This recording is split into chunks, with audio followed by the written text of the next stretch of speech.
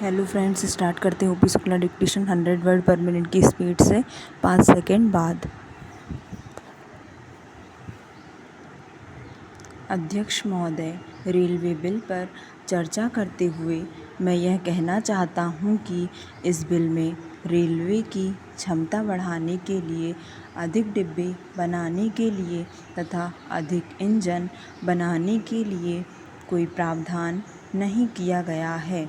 जहां तक रेल के कलपुर्जों की गड़बड़ी या रेल कर्मचारियों की लापरवाही के कारण दुर्घटनाएं होती हैं और इन दुर्घटनाओं का मुआवजा आम जनता के सिर पर डाला जाए और आम लोगों पर कर लगाया जाए, यह कोई उचित तर्क मालूम नहीं पड़ता है।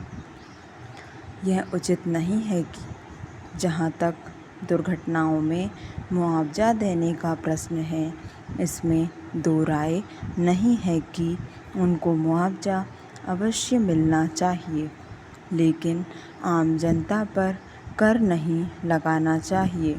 संविधान में सभी भारतीय नागरिक बराबर हैं। हवाई जहाज़ से सफ़र करने वालों के दुर्घटनाग्रस्त होने पर 1 लाख रुपया और रेलगाड़ी में सफ़र करने वालों के दुर्घटनाग्रस्त होने पर 50,000 रुपये मुआवजा है। यह कैसा समाजवाद है? यह किस तरह का न्याय है? यह किस तरह की समता है? यह तो विषमता है। यह तो पूंजीवादी परंपरा का अनुसरण है। कोई भी समाजवादी सरकार इस तरह का भेदभाव कभी नहीं कर सकती है। मैं निवेदन करना चाहता हूँ कि यह भेदभाव समाप्त किया जाए और ऐसा भेद करके समाजवाद पर कोई कलंक ना लगाया जाए।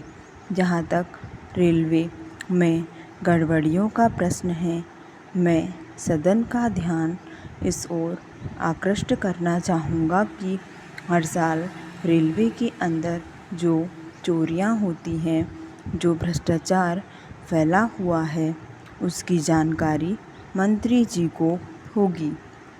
यदि इन गड़बड़ियों, चोरियों तथा भ्रष्टाचार को समाप्त कर दिया जाए और सुचारू रूप से रेलवे की व्यवस्था की जाए तो मेरे ख्याल से किसी प्रकार का नया कर लगाने की आवश्यकता नहीं है।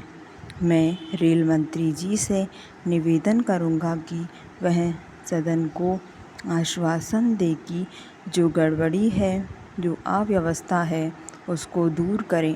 पैरा महोदय, जहाँ तक दुर्घटनाओं का प्रश्न है, उनका एक कारण यह भी है कि रेलवे के अंदर जान पहचान के बल पर बहुत से अयोग्य लोगों को नौकरी मिल जाती है। ऐसे लोग वहां पहुंच जाते हैं जो अपने कर्तव्य का पालन सही रूप से नहीं कर पाते। दूसरा कारण यह है कि जो रेलवे के कर्मचारी हैं, आज उनमें व्यापक असंतोष है। उनके साथ न्याय नहीं किया जाता है। जब तक उनका यह असंतोष दूर नहीं किया जाएगा, तब तक रेलवे के अंदर जो गड़बड़ी है वह दूर नहीं होगी और फिर रेलवे की क्षमता भी नहीं बढ़ेगी। इसलिए मैं मंत्री जी से यह निवेदन करना चाहता हूँ कि रेलवे कर्मचारियों में जो व्यापक असंतोष है, उसको दूर करें, ताकि जनहित में, राष्ट्रहित में, देश के विकास के लिए रेलवे की क्षमता बढ़े।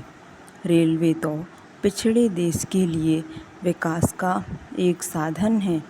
यदि उसी में गड़बड़ी चलेगी तो देश का विकास नहीं होगा। हमें रेलवे की क्षमता बढ़ाने तथा इसमें सुधार लाने का प्रयास करना चाहिए। स्टॉप। धन्यवाद। डिक्टेशन पसंद आई हो तो लाइक और सब्सक्राइब करना ना भूलें।